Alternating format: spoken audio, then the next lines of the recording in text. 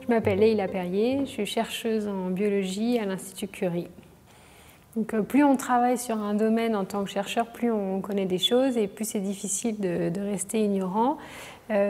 Parmi les nombreuses choses que j'essaye de mettre en place pour questionner la manière dont on conçoit notre discipline ou les concepts, il y a une partie qui est sur l'exploration des métaphores qu'on utilise, donc le langage, les mots qui ont un impact sur la manière dont on conçoit les choses. Donc du coup, dans ma recherche, j'essaye de beaucoup questionner et penser les métaphores, pas pour dire qu'il ne faut pas utiliser de métaphores, mais plus pour chercher à savoir comment les utiliser, où sont leurs limites, et en ayant conscience de ces biais, pouvoir aussi diversifier les métaphores et sortir en fait, d'un cadre conceptuel un peu trop restreint.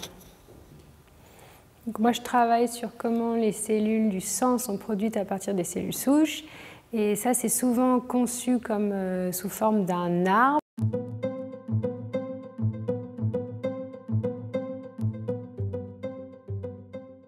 La limite de cette métaphore de l'arbre, c'est que, par exemple, deux branches rarement fusionnent dans un arbre. Il y a quelques espèces où ça arrive.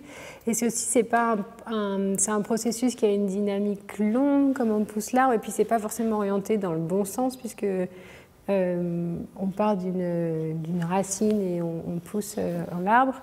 Et du coup, dans notre système, on pense aussi que c'est plus continu et dynamique, et du coup j'ai essayé d'explorer la métaphore de la fontaine. Et donc ce qui est intéressant avec la métaphore de la fontaine, c'est que du coup par exemple des branches ou j'utilise encore le mot branche, mais des bras de la fontaine peuvent se rejoindre, donc ce genre de choses. Par contre la métaphore de la fontaine a aussi ses limites, parce que si on réfléchit au fait que la fontaine ne retourne pas en arrière, on ne sait pas encore dans notre domaine si on peut reproduire des cellules souches à partir des cellules différenciées. Donc voilà, une autre métaphore, mais qui a aussi ses limites.